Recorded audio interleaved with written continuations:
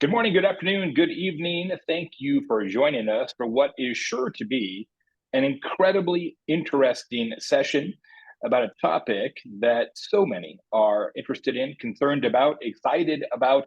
Today, we're going to talk about how to optimize AI's potential while protecting the brand. It is, in fact, possible to do both simultaneously, and that is something that we all need to master because I think it's safe to say that when you start considering the awesome power of artificial intelligence, certainly generative AI, but AI across the entire work stream, it's easy to get really excited.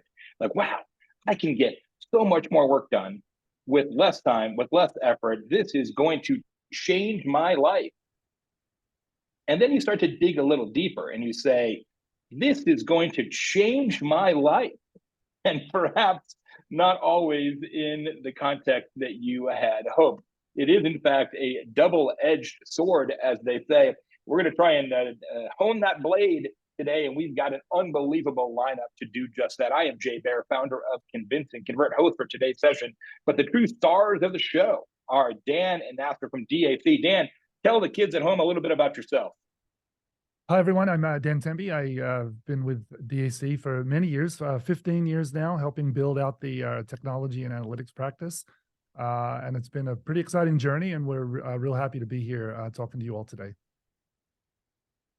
Nasser, how about you? Yeah, hi, my name is Nasser. I lead the strategy function here at DAC for all of our offices across North America, Europe, and Asia. And I'm delighted to join my colleague to talk about the implications of AI and how to implement it successfully in the organization. We have a lot to cover, so we're going to jump right into it. A couple of quick notes before we get into the meat of the sandwich. Yes, we want your questions. You can put those in the Q&A here in the webinar control panel.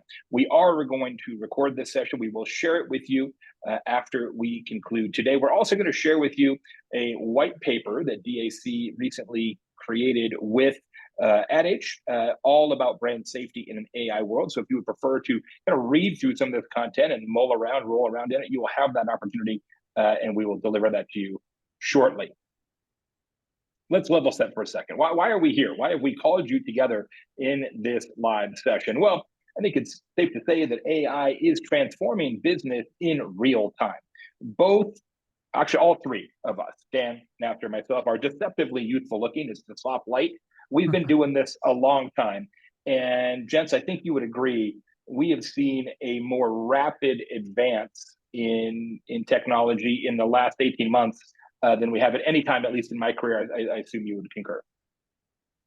Yeah, I think it's one of those moments where everything changes. And I think that you've hit the nail on the head that what is different this time is the velocity. Right. Yeah, absolutely. Yeah. I've been telling a lot of people, if you're not taking the advent of the generative AI revolution as seriously as people took the birth of the commercial internet, then you're probably missing the point. So it's, I think that's it.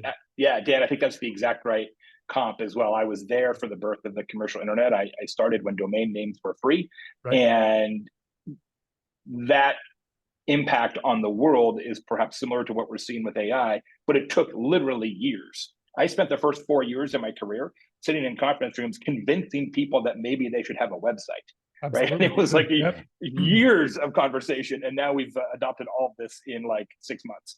75% of companies, in fact, have already implemented AI into their business strategy. So if you've not done so, you are ipso facto already behind. This is no longer a niche. This is no longer cutting edge. This is no longer, science fiction. ChatGPT alone now has 100 million plus users and was the second fastest growing application in history. It was, in fact, the fastest until Instagram Threads managed to get 100 million users in 24 hours or whatever the number was.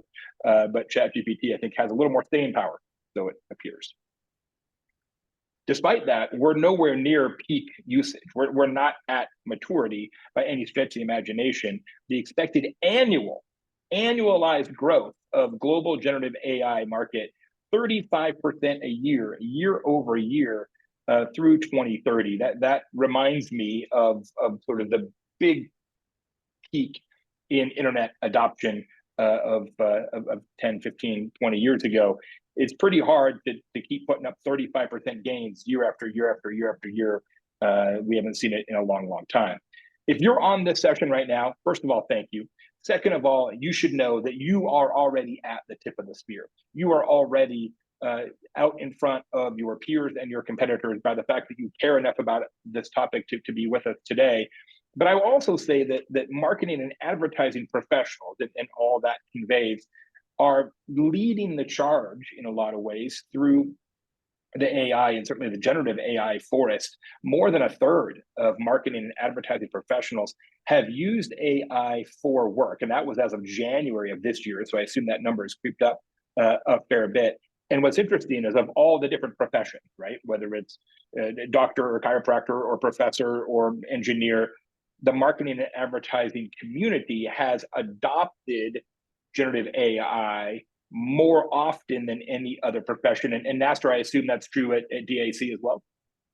Yeah, it's something that we've certainly been very excited about. And not only have we been actively utilizing it and finding ways that we can gain efficiencies, but as we'll be talking a little bit later in the session, we've actively invested in the creation of AI tools to help differentiate our clients and give them a competitive advantage in the marketplace. As well you should, because while advertising and marketing professionals as a group are the largest adopters of generative AI tools so far, within that community, digital marketers even more so. 3 in 4 digital marketers are already using AI for work, and half of that community are using it multiple times each week. Dan, is that one of the reasons why you and your team at DAC have embraced this opportunity so fully? I think we're maybe a part of that community, as opposed to that being a causal factor as to why we saw the opportunity early. We had to get on it. We talked to some pretty progressive people, and they really wanted to understand what the implications would be. I think, compounded by the fact that it's just so damn cool and so interesting. And we're all a bunch of really curious nerds. And we found our wheelhouse by going really deep in this very early on. Yeah. Like, I'm not on your branding team, but it seems to me like the new slogan for DAC should be, "We're just a bunch of really curious nerds." Curious nerds. It's a heck of a t-shirt, if nothing else. Let's see how our participants here today are using generative AI. So we're going to launch a quick poll for you today. We'll probably be 3 polls throughout our program today. We're going to launch this one, which is, how much are you using AI in your own job now? Is it daily or more, a few times a week, once in a while? Have kind of played around, you're AI curious, or you just haven't gotten into it yet? I'm really interested to see what our attendees here today have experienced so far with this technology. I am seeing the results in real time on my side, and I can tell you that they are fascinating. We're going to close this poll. I'm going to share the results. So almost a split decision and quite a bit of usage. At least, let's see, that would be 78% of our attendees have used it at least occasionally, but almost half of today's attendees are using AI multiple times per week or more. So this is already a group that has embraced the wonders of this technology. That's great to see. Nasser, what do you think? Does that meet your expectations? Yeah, and I think, given typically the progressive nature of marketers and digital marketers, many of whom are probably overrepresented inside of the community, as you say, this is the people who are showing up here at the tip of the spear. It's not surprising, people who have been working in media, for example, in digital media, just by placing advertising in platforms like Google and Meta and so on, you've been using AI for a long time. Right. Yeah, whether you know it or not. Whether you know it. Exactly. Yeah, exactly. Good point. There is, however, now a bit of a backlash about all things AI and generative AI. Maybe that's just the way society works. Anything we build up, we have to chop down again. Is this backlash warranted? Just give me a one-word answer. One-word answer on this. Is this backlash warranted, Nasser? Mostly. Mostly. Interesting. Dan? Maybe. Can we Okay, be so any there are more some fitting? I don't know. well, but that's interesting because there appears to be some disagreement then between the two of you. I feel like mostly and maybe are not the same. But let's talk about that. Yeah. So we saw some of you may have seen this in the news. ChatGPT, of course, is kind of the breakout all-star of the generative AI community in brand recognition, if nothing else. They lost users in July for the first time ever, and then in August they lost users again.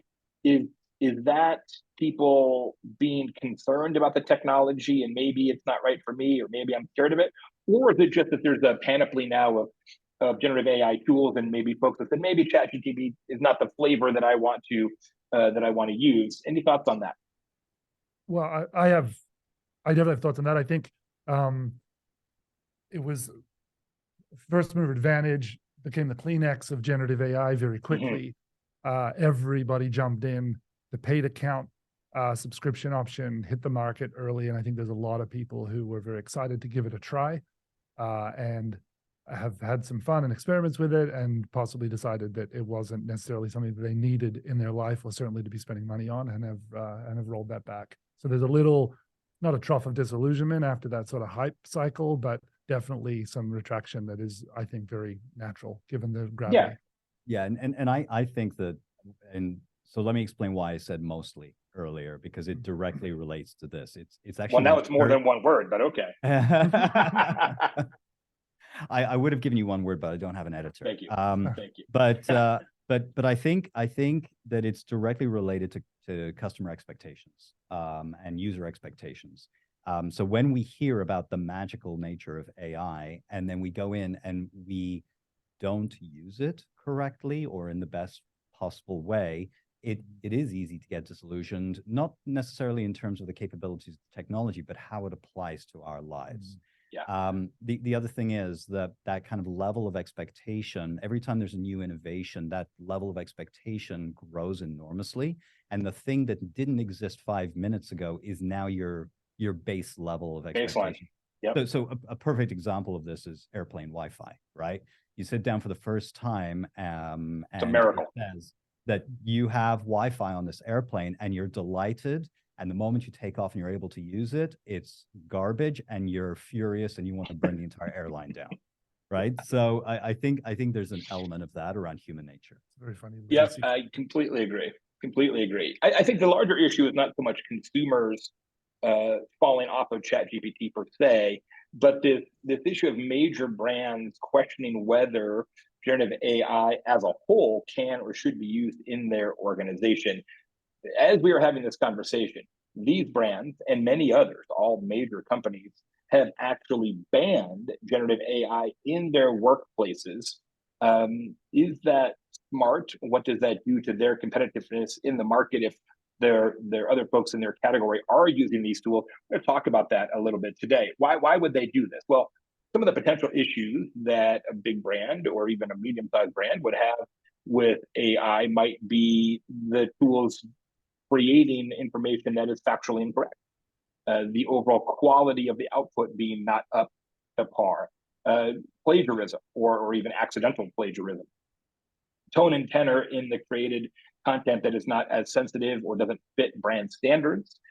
Sometimes you might, especially as you get more brands training AI tools to ingest their own body of knowledge inside the organization and essentially a private white label generative AI, you might accidentally release trade secrets or customer data that could cause a lot of problems.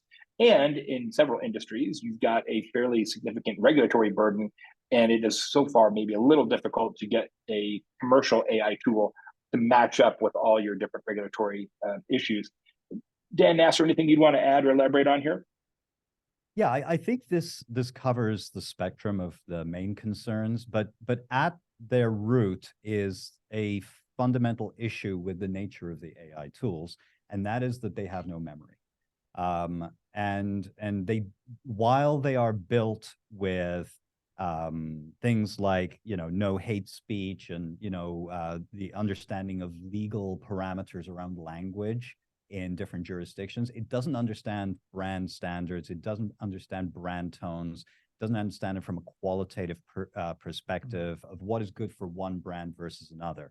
So I think those restrictions in its capabilities and limits in its capabilities are what drive a lot of these concerns. And a lot of these are very real concerns, frankly. Yeah. But where they become real concerns is where there's an expectation that the machine will do these things with little to no human oversight. So I think we'll address that in a couple minutes. And as Jason, one of our attendees, mentions in the chat, many schools and school districts are banning generative AI tools as well to prevent students from going to school with ChatGPT. All right, let's take another poll real quick. This will be the second one. I'm just going to launch this here. Just a second. All right. This question is, now that we've talked about this a little bit, how anxious are you as an individual about AI shortcomings and issues? Are you very concerned? To be honest, a little concerned. I think it's overblown. I'm not very concerned, or it's all good. This is not a problem. Nasser, what would you say? I know what Dan would say.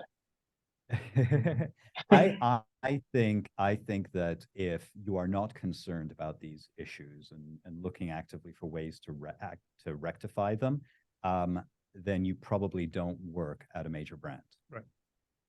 Great point. Yeah, I love that. That's an excellent answer. That you just don't quite have the plus minus equation fully put in front of you. And I think that's reflected here largely in the answers of our participants.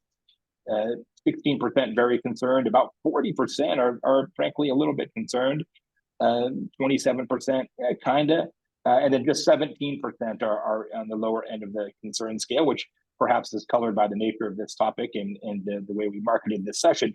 But that's great to see. I think we're all largely on the same page, and I'm delighted about that. All right. I would say that the three of us share some trepidation.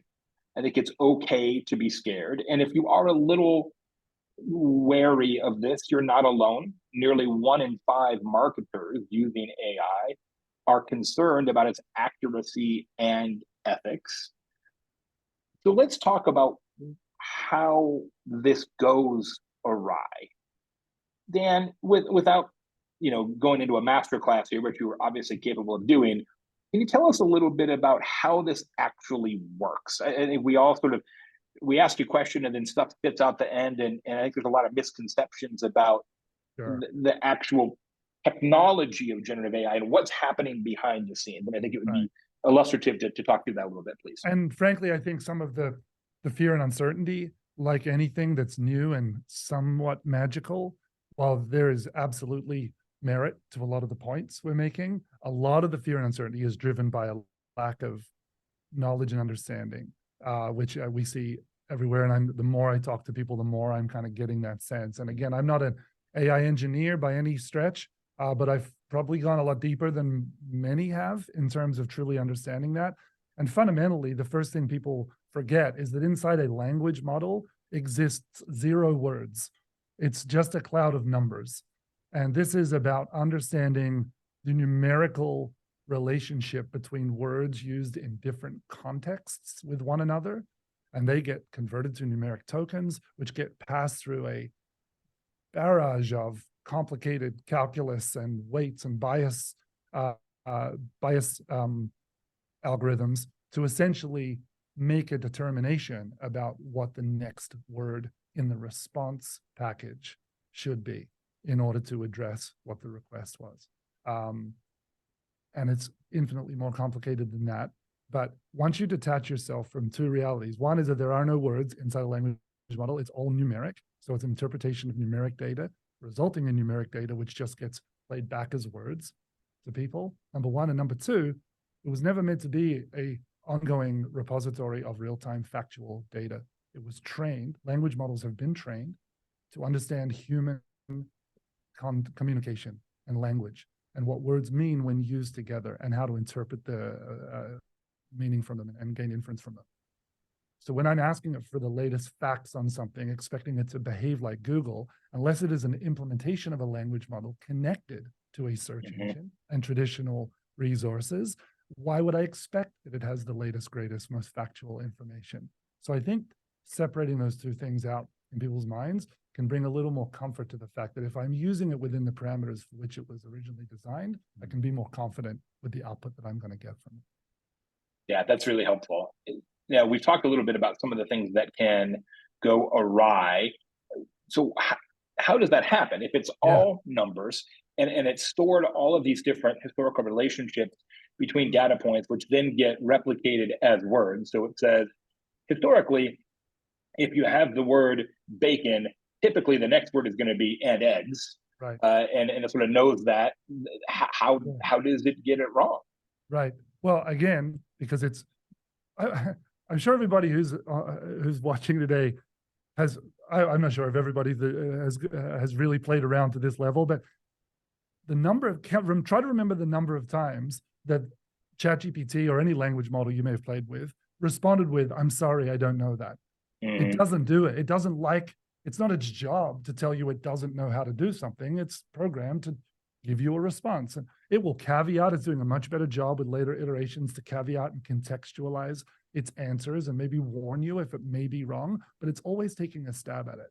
Because at the end of the day, you're talking about mathematical probability. It's saying, based on these inputs and this input token string and the weights and biases that I run my math through, the highest probability of the word I should give you is this one, or the string of words I should give you is these. So it gives them to you. And then sometimes they are wrong because the math and the source learning material that it has and the available connections that it has simply doesn't have the right data. So it will give you the information that it thinks is best. And that's where we ran into hallucinations. And sometimes the wrong was simply, we were asking it to go beyond its capability. Yeah. Like its comprehension levels weren't evolved enough to the point where some of the questions it was being asked and it got confused. That's a different issue. But when it confidently says, this is what I think, and that's just wrong, that can be due to hallucination, due to mathematical decisions that were made and words that were predicted that weren't exactly correct. I think you've kind of talked about this as well, Dan, this idea that when you are interacting with these AI platforms and models, consider it to be a really, really smart toddler. Yeah. Oh, yeah. Like a savant. Yeah. Yeah. Because it doesn't know anything other than what you tell it in that moment. But it has the capability to learn really quickly. Right. I love that. That's a great frame of reference. Well, here's a question that I get, and I'm sure you all do as well. Common question. If I put in a query or I save a response, can other people see that? Can OpenAI or anybody else running these tools get access to my prompts, to my outputs? Like, how safe is the actual work product from an intellectual property perspective? Yeah, I mean, despite, there was an issue with an electronics company and ChatGPT a few months ago where there was some leaked information that was incorrectly sent over the rail. But if you believe the terms and conditions that are put forward and the promises made by these platforms, the short answer is no. That full conversations are never going to be digested. But if you're using ChatGPT, maybe this is a better way to contextualize this. ChatGPT is a research project that is rapidly becoming a product, but fundamentally it's a research project. And by participating in it, you open yourself up to some of the things that you put into it being made available to certain engineers under certain circumstances. They say not the whole conversation. Who knows? Who can say? When you're engaging with the model through an API or through a backend, through a commercial relationship, then you're afforded the same level of certainty and assurity about data privacy and security that you would be if you were using Google Cloud Platform or Azure or Salesforce or any other major enterprise grade service platform. So I think there's something to be taken from that.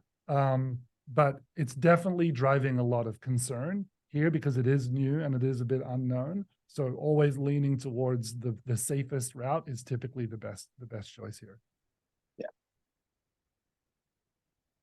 I think, and correct me if I'm wrong, that this encapsulates our general philosophy that for sure, brands should be aware of and mindful of potential pitfalls around their use of AI.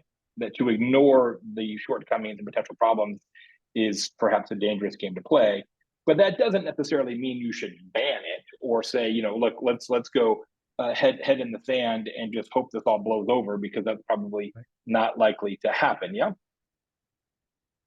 So I know we're talking about technology, but I'm going to answer this question by demonstrating the value of a classical liberal education.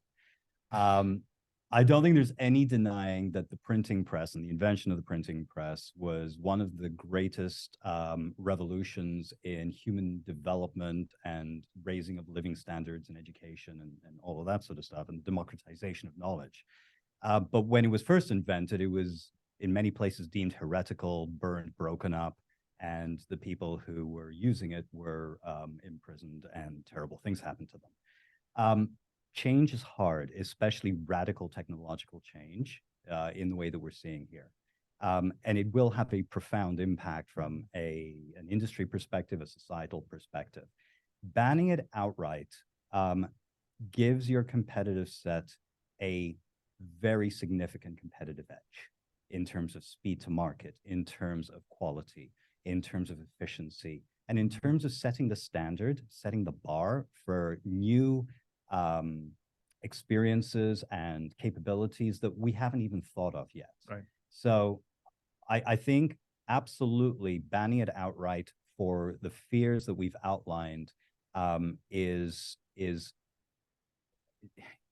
stabbing yourself in the neck and handing a competitive advantage to your core competitors who may be taking a different path. Right. To summarize, you can't fight progress. The best you can do is ignore it until it finally takes your livelihood and self-respect away. I think Kurt Vonnegut nailed it here. This is long before AI existed, but I think Vonnegut encapsulated it accidentally many years ago. Dan, quick question just to elaborate on your previous point. David, one of our participants, asks, does ChatGPT own the rights to everything you ask, all of your prompts and queries, based on what he decides is the most sort of draconian interpretation of their end user agreement? My understanding, and again, this is the regular version of ChatGPT, have recently opened up a enterprise version, which has SOC 7 compliance and a whole bunch of other interesting things going on. But the ChatGPT we all know and love, unless you specifically opt out of it, which a lot of people don't realize they can do in the settings, by default, the answer, I believe, is yes. They do make promises that they're never going to disclose the entire conversational thread, but individual exchanges from an algorithm tuning perspective will be available to engineers at their discretion. Again, that's my understanding. There you go, David. Straight from the Dan's mouth. Yes. All right, we've scared you enough. Now let's talk about the solution: how to reap the awesome power of AI while still protecting your brand. Both are possible. We promised you that at the beginning. Let's talk about how that is going to happen.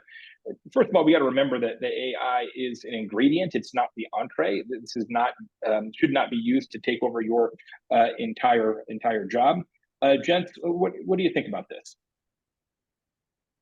Well, you came up with the best analogy here, Jay. Originally, when we were chatting about this, about if AI is tequila, we're in the margarita business. Exactly. That's an excellent. Go with what you know. Yeah. Yeah. Go with what you know, for sure. I think that's an excellent analogy. It's, this is a tool, a medium. It's a way of getting from point A to point N far quicker and far better than you could have. So you can spend more of your valuable time on that higher order thinking that makes you good at whatever it is that you do.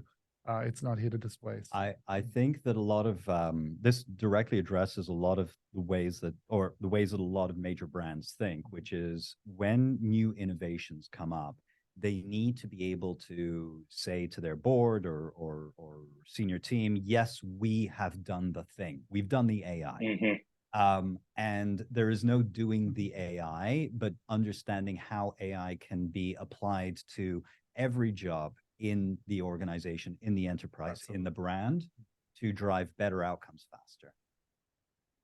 Yeah, it's not a checkbox you can check in the way that other business trends are. So I love this analogy. I think this is yours, Dan. I think of AI as your first draft, not the replacement. So the action item here is to really get a little more organized inside your company to figure out how to go about this holistically. Nasser, do you want to talk about how this might work in practice? Yeah, absolutely. So I think when these new innovations come out, those that are more, whose roles are either directly in technology and innovation or adjacent to it, get the most excited, and they tend to drive a lot of the fastest adoption. The challenge with that is these types of changes inside of organizations become very, very messy. People step on others' toes inadvertently.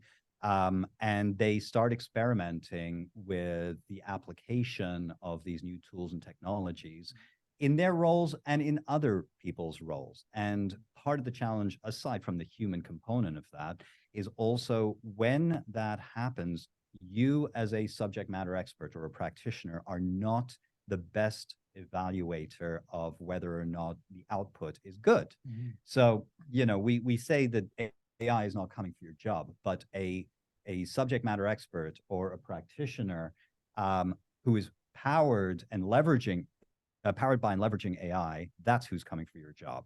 And that's the person who's going to get the most benefit out of this. And this, by the way, is why we believe we're seeing that drop in usage of things like GPT and so on, because you have people who've gone in and said, this is awesome. And then 10 minutes later, they'll say, I don't apply this to my job. So crafting these internal leadership roles, so you're getting buy-in across the organization, you're getting people to think about how they apply this in their roles, as opposed to having a centralized group who are very technology advanced or excited about it, driving it. It's fine to start off there, but you then have to rapidly distribute that responsibility around the organization and hold people accountable to its application. Mm-hmm. We talked a moment ago about this idea that we have to figure out the role for AI, which is not a replacement for what you're already doing. And one of the areas where that is most egregiously true is in the media landscape and how it is going to change and already is being changed dramatically as the result of the mass adoption of AI. I want you to talk us through this before and after, if you would, please. Yeah, so I think we talked a moment ago about adoption inside of organizations and empowering people inside of organizations to leverage it. That's an internal function, but there are external forces that are driving this, and nowhere more so than in the media landscape. We think that this is representing a significant shift in the utility of media platforms. A perfect example is search. So we've become used to and conditioned to, as digital media professionals, incremental tactical changes in features and benefits of a platform. What we're now seeing is a shift in what it means to be a media platform. So a perfect example, and we're showing a screenshot here of the generative search box that is showing up for many people inside of Google. Google is on the bleeding edge of this shift, certainly. And by the way, what you're seeing here is not consistent. It's still experimental, and it changes from one person to the next. So if you went on Google and tried to look for, activate the generative search results, you might get a very different view. That's perfectly fine. But it changes the nature of what it means to be a media platform, what it means to be a search engine, right? And as a result of that, it changes consumer behavior. So whereas previously, I as a consumer might go online and my behavior can be categorized or characterized as I'm going to search for a product or service and then I'm going to buy it. Now it's help me research this and then tell me where and how I should buy it, right? Mm-hmm. So it changes that behavior, and it changes how marketers need to intercept that behavior. Mm-hmm.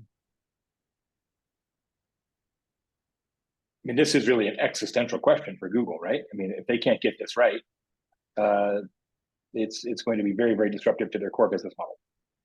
Absolutely, and that's why you saw, when Bing announced kind of the alliance and integration of generative AI into their platform, you saw this enormous slide and scramble from Google, who were basically saying, "Yeah, but we've been doing it all along." So I think it's more of a communications challenge than a true executional challenge. Yeah, that's a good point. Mhm. Second thing we want to bring to your attention, friends, is to pick the right tools for the job. We have talked a lot about ChatGPT specifically in today's session, but that's mostly because it's the one that's known.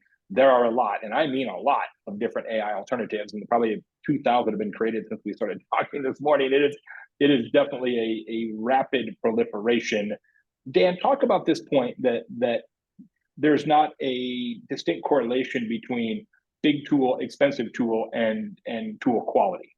Absolutely. And I think I made the point earlier about, OpenAI and ChatGPT, the Kleenex phenomenon, that it's just become the de facto reference name and for generative AI broadly. And again, this conversation is leaning very text generative heavy. We're not talking about the visual and audio and video elements that are really rapidly moving along there as well. But even within the text generative space, there's a lot more than OpenAI. I mean, Azure has their own implementation of that because of their funding sources. They've got access to models and they're doing their own version.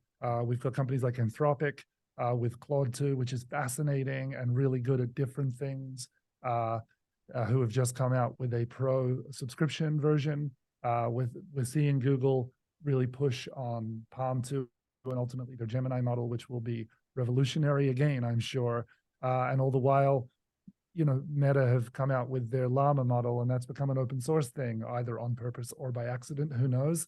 But it's now, the open source community is really driving innovation in that space as well. So just there, you've got 4 or 5, obviously large name brand models, because it's not trivial to build one of these language models from scratch. But what we're seeing is an eruption of people who are building on top of those models to add niche or specific utility for a particular purpose. And some of them are quite useful in shortcutting the noise and getting right to the point. And I really love the energy that it's injected into that space. And there's a lot of charlatans out there and a lot of snake oil for sure. So using caution, but back to the whole thing about really identifying people within your business who can go out and really pursue that and understand what the opportunities are to come back and build a toolkit that is going to be really specific to your use case. So what's your advice then? I think we've encapsulated it here on the slide. Yeah. Is to not just kind of go out and pick whatever tool you've heard of, but to have a little bit more of a thoughtful approach. Absolutely. And we're doing this internally. We have so many different tasks that we're performing, and we run a fairly operationally intensive business. We know specifically some of the scaled projects that we work on, repetitive engagements, that there are certain things that this is a 6.5 or 7 minute job that we do very large scale over and over. And we're able to quantify, if we go about it this way, what does that 6 minutes turn into? And then what does that mean in terms of amplified benefit for that client? How can we get more volume and more quality out the door to them, rather than just talking about cost control? Everybody that's investigating, we talked about leadership roles in the organization. Everybody that is part of that community have very specific instructions to say, let's find exactly the job or the task that you're trying to perform, compare it to the before times, present it in the context of the new generative AI world, so that we can evaluate specifically if that's something that we want to put into practice or pass off as an experiment and move to the next one. If we just go with this, and I think back to the thing about the retraction in user counts on ChatGPT, everybody just went at it to experiment and play. And now the people who are getting serious about it are doing this. They're really determining, where can this be meaningful to me? Now, so we talked earlier about this idea that you can't just go do the AI, right? Even if you're chairman of the board or the CEO or the COO or the CMO says, get me some of that AI, it doesn't really work like that. And this is probably one of those exciting yet frustrating business constructs where you're never, quote unquote, done with this. It's a process, not a project. Talk about that a little bit in practice. I know you're leading a lot of great clients through this journey, and it really is a journey.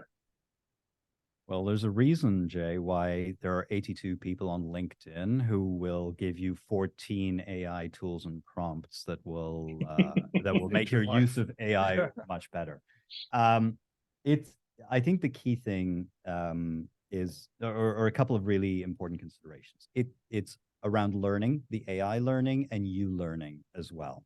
One of the things that we found in our experimentation early on, quite a while ago, is that in untrained hands, it can actually take longer to get to the same output as it would if you had an expert do the thing without AI. So getting to the point of understanding how best to prompt it, there's this function around prompt engineering and prompt design, is really critical. And that is an ability that is a new one.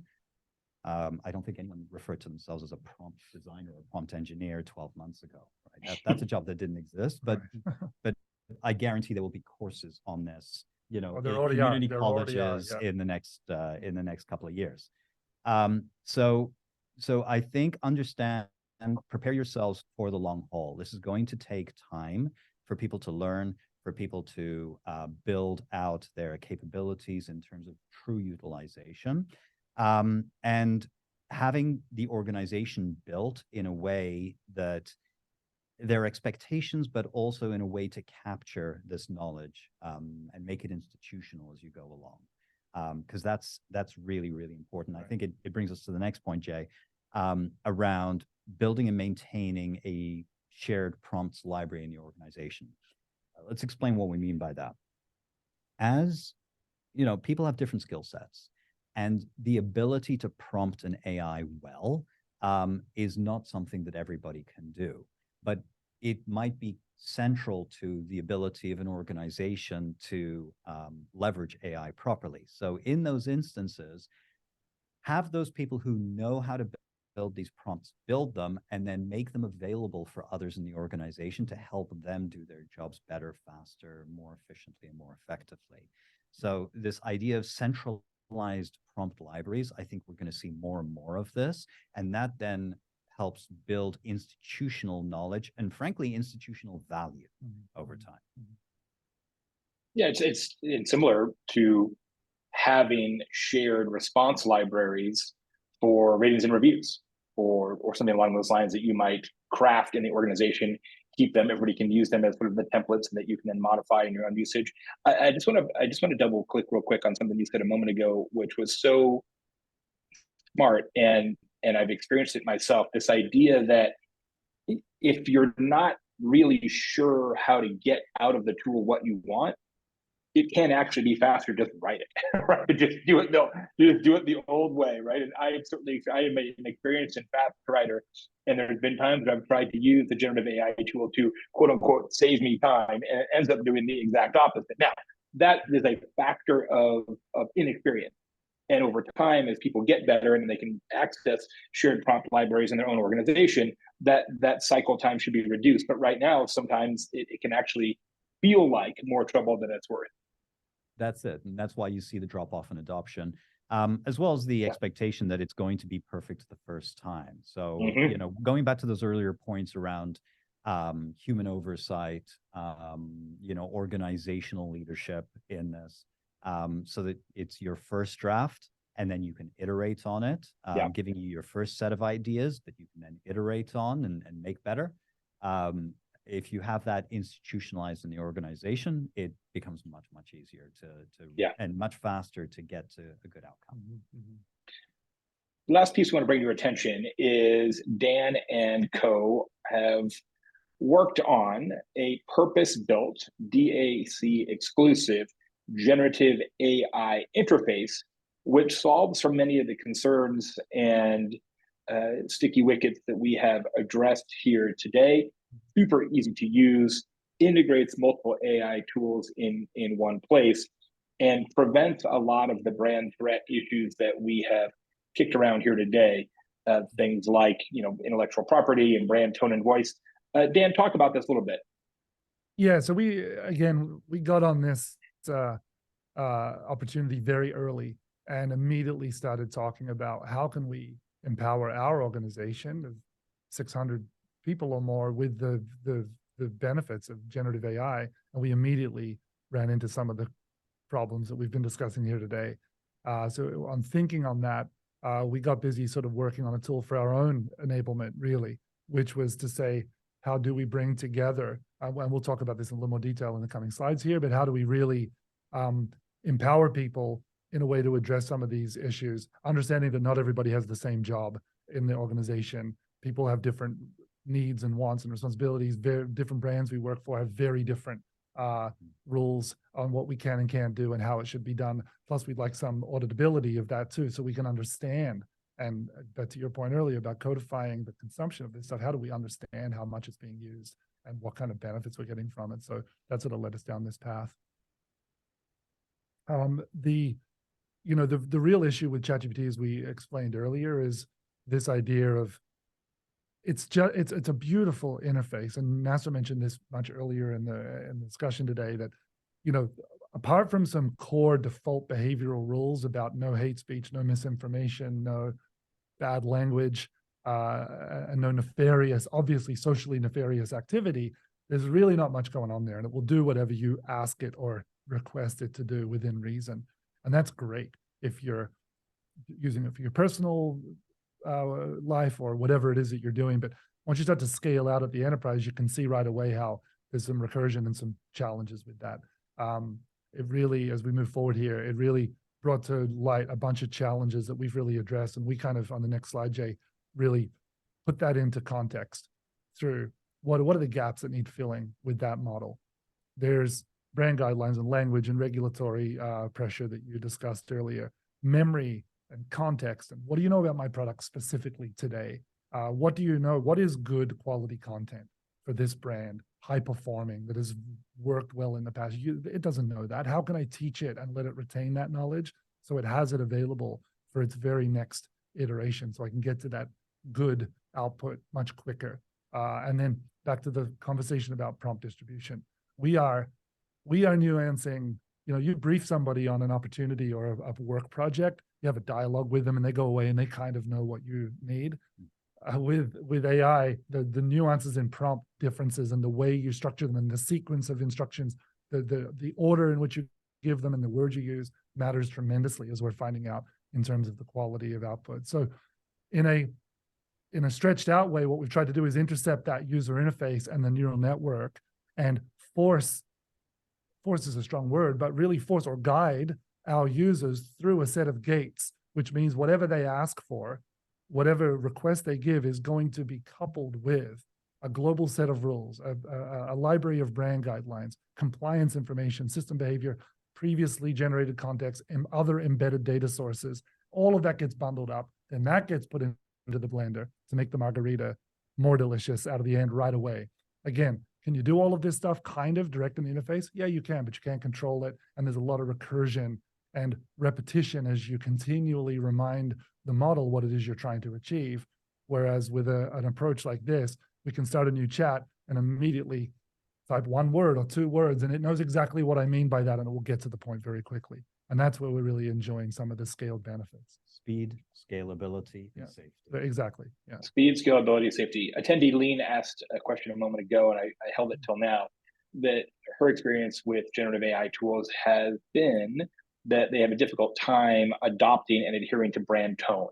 And this is one of the ways you would solve for that, I presume. Oh, absolutely. Yeah. And some really interesting things, scoring it. Remember, everything's numbers. So if you're not getting a numerical point of view from the language model through your text, say, give me this, and then score how close it matches brand tone on a scale of 1 to 100, and then justify to me why you scored it that way. You can really start to learn a lot and get really comfortable with the fact that those rules are being adhered to. But first, you have to be able to supply those rules to it in a scalable way, and that's kind of what this is doing. Quantitative scoring of qualitative content. Yeah, it's unbelievable. And some of the profiles that we've built in our platform that do exactly that are really fascinating, to start to score language and performance attributes of language in a reliable, repeatable numeric rubric.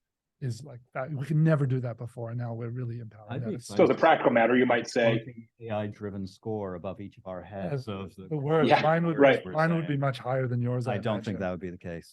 But as a practical matter, if you're doing a live conversation as we are today, Right. you could say over the last year, we've done 6 different live sessions like this. Here are the landing pages and the topics and the descriptions for each. Here's the subsequent performance of each of those sessions. Now let's train the model on that. So the next time we need to write a landing page, the next time we need to come up with a name for the session, it says, well, all else being equal, this is what worked better. So now we should call it this. Right. And then you go deeper than that and start to extract, numeric references and intersections of technicality, formality, whimsy, humor, like these attributes that are present in everything we say. We just don't know that, but they're there, and you can find out what they are, score them, and then bake them into a repeatable profile, accompany them with new product information, and then you've got this machine that can really hit the nail on the head very quickly. And you can absolutely use that machine in this context, right? To handle customer reviews and answer customer questions. Oh, absolutely. I mean, we are in the online presence management space quite deeply. We have a massive library of reviews for brands all around the world. And one thing we looked at is said, we've got this data. What can we do with the data that we already have and make it better? And, we preach constantly that the very best thing you can do is just respond to a review. Every review that's left, respond to it. And everyone immediately says, well, we don't have the ability to do that. And then we said, so we'll use generative AI. Well, we're not sure if it's going to follow the rules and do this. So now suddenly there is no reason that you can't accurately and reliably respond to every single review you ever get, positive, negative, or otherwise, and send to a moderator a 99% ready to go unit that can just be published through whatever platform you're using, and suddenly solve the scale problem almost overnight. And that for us has been revolutionary for many of our clients. Yeah, where was this? And I wrote the book about it. Right, exactly. Always a day late and a dollar short over here. Yeah, absolutely. All right, friends, last poll. I'm just curious, now that we've talked about this a little bit, how interested are you in something like what DAC has built? They call it Guardrail, an all-in-one tool, not just text, but other generative AI elements as well, that provides these brand guardrails and guidance and allows you to get outputs and still do it safely. Very interested, a bit interested, not really your thing. Doesn't matter, we're just curious. Because this is the first time we've really talked about this publicly. It's been under wraps for a while. As Jens mentioned, they built it first for their own teams at DAC Group and are now planning to make it available to other brands, which I think is pretty exciting. All right, let's see here. Well, it looks like 2/3 of the group today are very interested in such a creature. And about 1/3 are pretty interested, and only a couple are say it's not really your thing. So that's probably a good sign. That is an unofficial focus group, but better than the alternative, I would say. And I would also argue, having been through a number of technology cycles, as important as you think this kind of tool might be today, a year from now, I think it will be even more relevant, because we'll have so many more media firestorms about AI gone wrong. And there'll be a lot of other organizations that get their hand burned because it got too close to the stove, and people will start to realize, yeah, we really need something like Guardrail to make sure that we get the efficiency gains of the AI tools, but still have the brand protection that is so critically important in the modern age. So I think we're on the right side of history, if nothing else. Absolutely. Recap our key piece of advice for today. First is to remember that AI is an ingredient, not an entree. The action items below. Think of AI as a first draft and craft some internal AI leadership. Understand the search engine results page, there's changes and other impacts in the media landscape. Second, pick the right AI tools for the job. There's a lot of them out there. Make sure you have some sort of scheme inside your organization for how you evaluate and measure tools. Third is to realize that you're not ever going to be done with this. Your own progress will be incremental. You're going to get better at it, but you can shortcut that process a little bit by working as a team to build a shared prompts library in your organization and do some knowledge transfer cross-departmentally, cross-region, et cetera. And then last, we'd love for you to consider DAC's new AI guardrails tool. It's really amazing. It's one of the only things in the world that will do what we've talked about today, give you the awesome power of AI but in a brand safe environment. DAC can help you with a demo if you are interested, and hopefully you are. We've got about 2 minutes left for questions. I'll just check the Q&A here real quick and see. Let's take it quick. I love this one from David. AI has created a lot of wow moments for him. What was your biggest wow moment about AI, Nasser?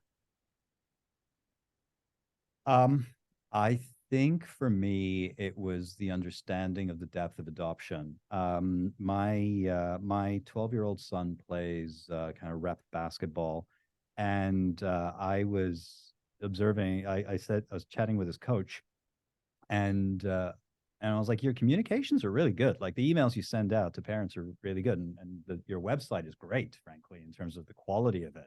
I'm like, did you write it? And he was like, no, that's ChatGPT. And I'm like, okay. So for me, the wow moment is, 12-year-old rep basketball coach is using ChatGPT. Right. Again, where was that when I was managing my son's high school hockey team? And like, this is killing me. Dan, how about you? What was your big wow moment? Oh, this is an easy one for me. So many cool examples of oh my God, look at it doing this or that. But a very valuable and brilliant gentleman on my team, terrified of the repercussions of AI on his job, and then getting him over the line to say, the fact that you can write R code or write Python code is not why you're valuable to us. What you're valuable for is what you can do with it. And so resistant. And then finally getting him to sit down and sitting with him and watching him short circuit the busy work that he would normally spend so much of his time on, and just get to the output that he could do. And then watching him get over that mental hurdle. And now every time I walk past his desk, he's got it open and he's like crushing this stuff. That for me was like super meaningful. And wow, I'm like, that's the future there. Watching people really come to terms with how they can superpower themselves with it. So yeah, I think it goes to this point around, if your job is rooted and dependent on busy work, on repetitive tasks, and then yes, you should be concerned. If your job is about elevating that, asking deeper questions around why and what can we do with this, I think that you're about to see a positive sea change in your career. Yeah, for sure. Yeah, we've used the term of art knowledge worker for a long time, but a lot of what we have called knowledge work is actually just repetitive work using words and pictures. It's not really rooted in knowledge or strategy or higher order thinking. It's just not using your hands to make or fix something. And now I think the future is truly elevated and say, if you're going to be a knowledge worker, that has to be actually rooted in knowledge. And whether that knowledge is yours alone or extracted from a tool, the fact that you know how to get the best out of the tool, you're essentially a motivational coach for an AI tool. To me, that's where the future is. And you can't get here soon enough. I think, and this is my last thought on this, but I think go back to when you were a kid and you said, when I grow up, I want to be X, whatever X is. Mm-hmm. And if X is a marketer, which, I mean, weird kid. Weird kid. Sure, we'll go with that. Was it because you wanted to be knee deep in spreadsheets, trying to figure out what's working and what isn't? Or was it because you wanted to think about and create amazing experiences and campaigns? Yeah. Right? That's a really good point. Yeah, I love that. We'll leave it there. Thank you, everybody, for joining us for today, how to optimize AI's potential while protecting the brand. You'll get an email with a link to the recording. You'll get access to the white paper that touches on some of these themes. You'll probably get an invitation from DAC Group to take a look at a deeper level at Guardrail. Nasser, Dan, thanks so much for your expertise and your wisdom and your time today. I really enjoyed this. Hope you did as well. Thanks, everybody. We'll see you next time. Thank you, everybody. Thank you, everybody. Thanks, Jay.